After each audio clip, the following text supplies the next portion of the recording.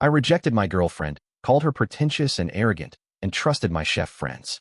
Now I regret dismissing her dreams so damn much. I had just pulled a batch of chocolate croissants from the oven when Melody walked into the kitchen, her cheeks pink from the cold. She leaned against the counter, watching me work, her lips curved into a soft smile. My name's Arlo. I'm 29, and I live in Portland, Oregon.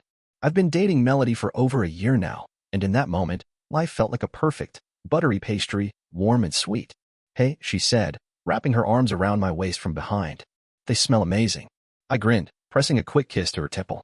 Just wait until you taste them. I think I finally nailed the balance of sweet and flaky. She laughed, her breath warm on my neck. You're always trying to perfect things. I shrugged. Part of the job, I guess. We spent the next hour in that warm kitchen, sipping coffee and sharing bites of pastries. Melody had a knack for turning any meal into an adventure. She leaned forward, eyes bright, suggesting some new spice or weird combination I'd never considered. It was one of those cozy winter nights, no fancy plans, no guests to impress. Just the two of us, the hum of the oven, and that feeling like nothing could go wrong. But as I set the last plate in the sink, Melody's fingers brushed my wrist. She looked up at me, her smile gone. I noticed the way her shoulders tensed, the way she bit her lip like she was debating whether to speak. Arlo, there's something I've been meaning to tell you, she said quietly. I turned to face her, a frown forming. What's up? She hesitated, taking a deep breath. I have this weird hobby, I guess you could call it. Something I've always been fascinated by, but I've never really talked about it. My mind jumped to a dozen things, some dark, some silly. You know you can tell me anything, I said softly. She gave a small, shaky laugh. Okay, well, it's cooking, but not like what you do. I'm into molecular gastronomy. Like foams, liquid nitrogen, all that. I blinked, not quite sure what to make of it. Molecular. What? It's like this really scientific approach to cooking, she said, her words coming out in a rush now. You play with textures and temperatures, break things down to their basics. It's weird, I know. I let out a low whistle. Sounds complicated. She smiled nervously. Yeah, it kind of is. But it's also fun. Like turning a strawberry into a cloud, or making a sauce that looks like a pearl.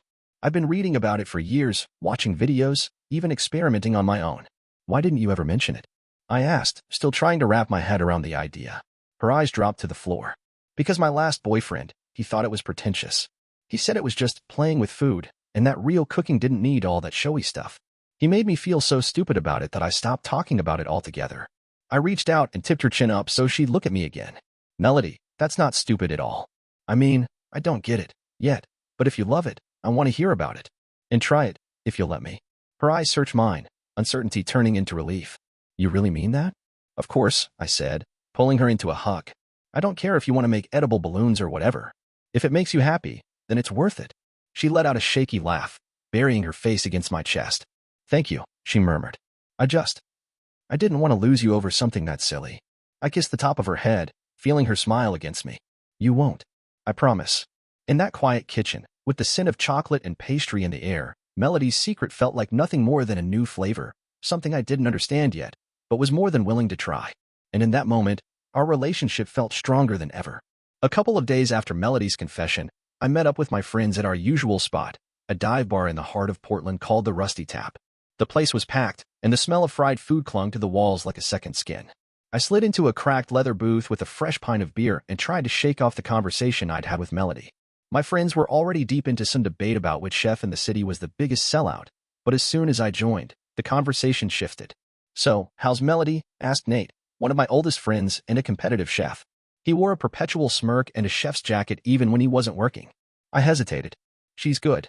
She told me about this thing she's really into, molecular gastronomy. Nate let out a sharp laugh. Molecular gastronomy? You mean that foam and liquid nitrogen bullshit? I frowned. Yeah, that's the one.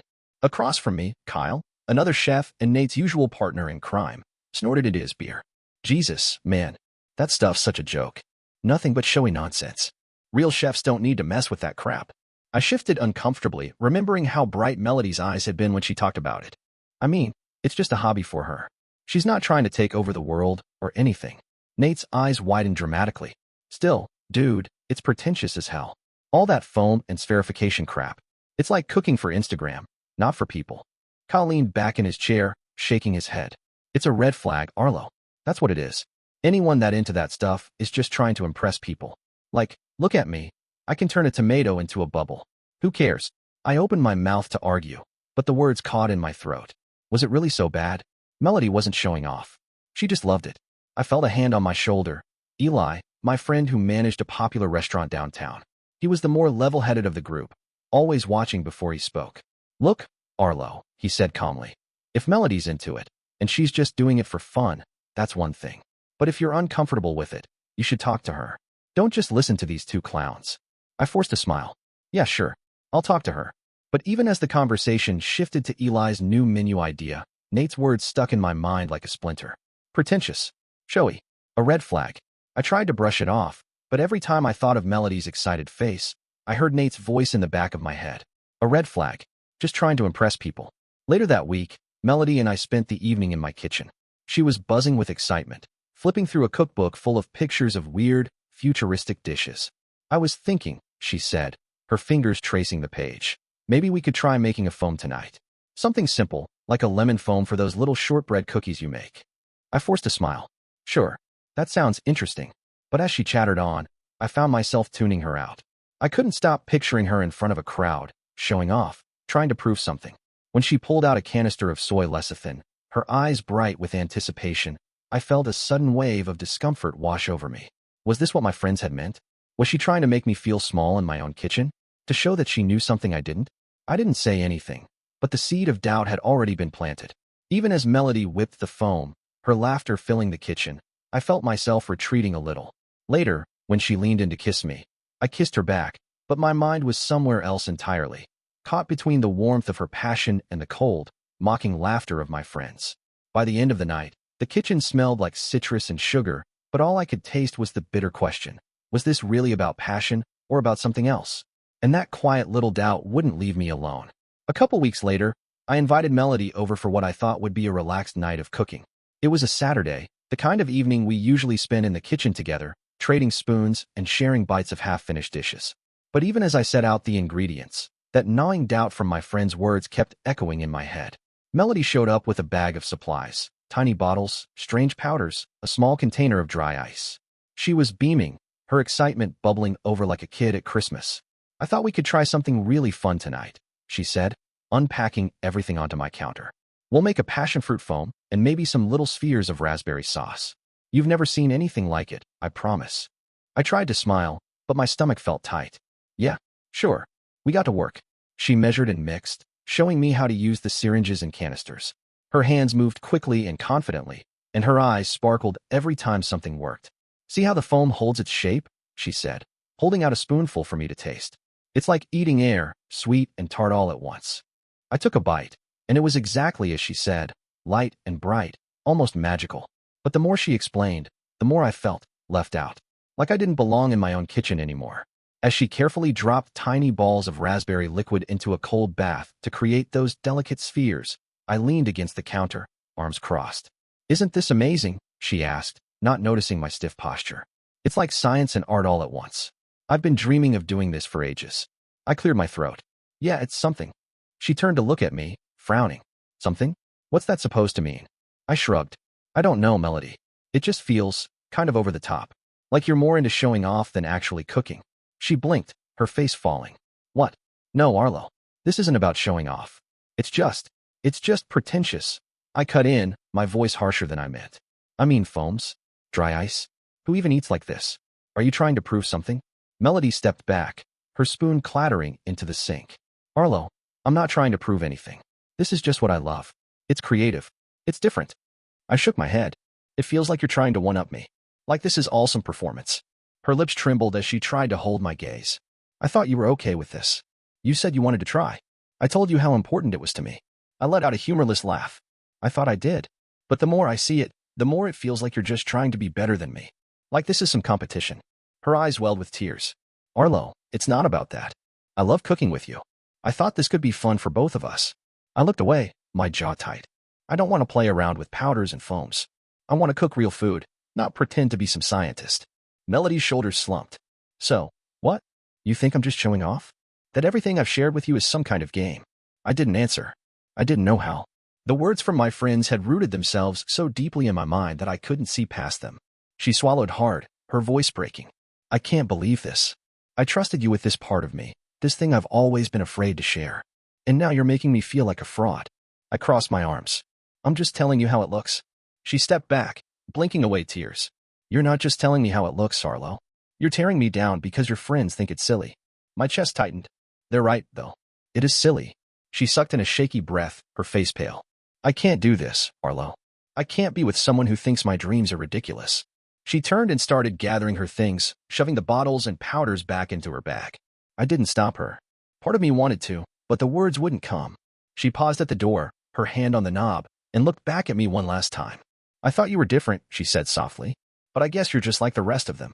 Then she was gone, the door closing with a soft click that felt like a final note. I stood there, staring at the empty kitchen, the foam and the spheres melting away on the counter. I told myself she was overreacting, that my friends had been right all along. But as the quiet settled in around me, I felt a hollow ache in my chest, a small, sharp realization that maybe I'd just pushed away the one person who had ever seen me for who I really was. And all I could think was, what the hell did I just do? The morning after Melody left, I woke up to a quiet apartment. The kitchen was still a mess from the night before, bowls and spoons coated in half-melted foam, a plastic container of raspberry spheres that had collapsed overnight. It felt like a ghost of our last meal together. I ignored the mess and headed out to meet my friends at the Rusty Tap. The place was busier than usual, packed with the Saturday brunch crowd, but it still felt like the only place I could clear my head. Nate was already there, stirring his coffee with a straw. Carl sat next to him, scrolling through his phone. Eli was behind the bar, wiping down glasses. Hey, man, Nate said as I slid into the booth. You look like shit. Rough night? Kyle added, glancing up. I let out a humorless laugh. Yeah, Melody and I had a fight. Nate raised an eyebrow. About what? That molecular nonsense. I hesitated, then nodded. Yeah, she took it really personally. We're done, I think. Kyle snorted. Good riddance, man. That stuff's just weird. She was probably trying to show you up the whole time. Eli gave me a long look but didn't say anything. I took a sip of my coffee, the bitterness matching the taste in my mouth. You think I did the right thing? Nate leaned back, smirking. Of course. You can't have that kind of pretentious crap in your life. You're a pastry chef, Arlo. You work with your hands. Real food. Not smoke and mirrors. Kyle nodded. Exactly. She was trying to turn your kitchen into some science lab. That's not real cooking. Eli cleared his throat, his eyes steady. Or maybe, she just wanted to share something she loved. And you let your pride get in the way. I frowned at him. What's that supposed to mean? Eli shrugged. You're the one who said you liked her passion. Now suddenly it's too much. Nate rolled his eyes. Don't start, Eli. The girl was a show-off. She probably wanted to turn every meal into a performance. I shifted in my seat, feeling the doubt creep back in. I don't know. She said it was just fun for her. But after what you guys said, I couldn't shake the feeling that she was trying to overshadow me, I guess. Kyle clapped me on the shoulder. Arlo, you did what you had to do. She was trying to take over your kitchen. Your space. You can't let someone do that. Nate nodded in agreement. Trust me, man. You don't want to get stuck with someone who's always trying to outshine you. You'll never win. I forced a smile, but it felt hollow. Yeah, you're probably right. They started talking about the next food competition in town, but I barely heard them. My mind was back in that kitchen, Melody's bright smile replaced by the hurt in her eyes as she walked out. That night, I blocked her on social media. It felt final. Like slamming a door shut on something I wasn't ready to face. For the next few days, I buried myself in work. Early mornings at the bakery, late nights perfecting recipes. I told myself I was better off without her distractions. But sometimes, when I was alone in the kitchen, I'd catch myself staring at the counter where she used to stand. I'd remember the way she'd lean over to show me some new trick, how her laughter would fill the room. I'd push those thoughts away. My friends said I did the right thing, maybe even saved myself from getting wrapped up in something that wasn't real. Still, a part of me couldn't help wondering if I'd let something real slip through my fingers, all because I was too scared to admit I didn't understand it. I told myself I had protected myself, that it was better this way. But late at night, when the kitchen was silent and the oven was cold, I'd feel a hollow ache I couldn't quite fill. And no matter how many times I told myself I was right, it didn't feel like a victory. It just felt empty. It was a cold night, maybe a week after the breakup, and I was sitting on my couch with a bottle of cheap whiskey I'd grabbed on the way home. The bakery had been slow that day, and the empty hours had left me alone with my thoughts. I stared at the bottle, feeling the burn of the liquor in my chest. My phone lay on the coffee table, screen dark, no new messages. Melody was gone, really gone, and for the first time, I realized how much that hurt. I've been trying to convince myself I was better off, that I didn't need someone like her, someone who was too much, too experimental. But every time I closed my eyes, I saw her standing in my kitchen, bright-eyed and hopeful. I heard her laughter, felt the warmth of her hand in mine. And every time, It felt like a punch to the gut. I took another swig and leaned back, memories flooding in like an avalanche. The way she'd grin when something worked, the gentle touch of her fingers on my shoulder as she explained her ideas. How she'd taken my plain old recipes and made them better with just a spark of curiosity. I loved that spark. I loved how she challenged me, how she wasn't afraid to try something new. She'd made me feel alive in a way no one else had. And I'd thrown it all away because my friends, guys who didn't even know her, thought it was weird. I let out a shuddering breath, wiping at my eyes. The kitchen felt empty without her. My life felt empty without her. God, I'm an idiot, I muttered, my voice hoarse. I grabbed my phone and scrolled through old photos, her in the kitchen, her at the farmer's market, her curled up next to me on the couch, grinning at some dumb movie. My thumb hovered over her name in my contacts, heart pounding. I hesitated for a long moment, then hit call. The phone rang once, twice, straight to voicemail. I took a deep breath and started talking before I could change my mind. Melody, it's me. I'm sorry. I don't know what I was thinking. My voice cracked, and I swallowed hard. I let other people's opinions get in my head. And I hurt you. I made you feel small when all you ever did was make me feel like I could do more. I'm sorry for that. I paused, feeling my throat close up. I miss you. I miss the way you looked at me when I was working, like I was doing something special. I miss how you always made things better, even when I didn't understand it. I closed my eyes, the silence on the other end stretching out like an accusation. You deserve better than the way I treated you. I know that. I don't expect you to forgive me. I needed to tell you that I'm sorry. I really am. I ended the call and let the phone slip from my hand, tears slipping down my cheeks. I didn't even bother to wipe them away. The next morning, I woke up with a pounding head and a pit in my stomach. I didn't feel better, if anything, I felt worse. But at least I'd said the words I'd been too afraid to say when she was still here. I spent the day at the bakery, kneading dough with trembling hands, trying to find some sense of comfort in the rhythm of the work. But every time the door opened, I looked up, half expecting to see her there. She didn't come. Later that afternoon, Eli stopped by. He took one look at me and sighed, leaning against the counter. You look like hell, he said softly. I feel like it, I admitted. He studied me for a moment, then said, you know, if you really love her, you should try to fix it. Not just apologize into the void. Actually fix it. I let out a bitter laugh. And how am I supposed to do that? She's gone. She probably hates me. Maybe, he said quietly. But maybe she's just waiting to see if you're really willing to fight for her. I didn't answer. I didn't know how. All I knew was that I couldn't keep pretending that what we had was nothing. It wasn't nothing. It was the best thing I'd ever had. And I'd let it slip away because I was too scared to stand up for it. As the sun set, I closed the bakery early and stood outside, the cold air biting at my face. I knew I had to do something real, something that showed her how sorry I was. Because if there was even the smallest chance to make this right, I wasn't going to waste it. Not this time. 2 days later, I found myself standing outside our favorite cafe, Bean and Bloom, a little corner spot that always smelled like fresh coffee and homemade bread. It was the place we'd gone on our first date, where Melody had laughed so hard she nearly choked on her scone. I held a small envelope in my hand, the apology letter I'd written out the night before. My hands were shaking, but I forced myself to take a deep breath before pushing the door open. The place was quiet, just a handful of people scattered at tables. I spotted Melody right away, sitting by the window, a mug of tea in front of her. She looked up when the door chimed, and for a moment, our eyes met. My stomach turned. She looked tired, her hair pulled back in a loose bun. No makeup, but still the most beautiful thing in the room. When she saw me, her expression went carefully blank, her shoulders tensing like she was bracing for impact. I walked over and stopped a couple feet away. Hey, I said, my voice quiet. Hey, she replied, her tone flat. You wanted to meet? Yeah. I hesitated, shifting the envelope in my hands. Thanks for coming. She nodded, but didn't say anything else. She didn't invite me to sit down, so I just stood there for a second, feeling like a fool. I wrote you something, I said, holding out the envelope. I know I messed up, and I know a letter won't fix it. But I wanted you to hear it from me, the way I should have said it that night. She took the envelope and looked at it for a moment before slowly opening it. She didn't read it out loud, but her eyes moved over the page, her lips pressing together. I watched her, every word I'd written echoing in my head.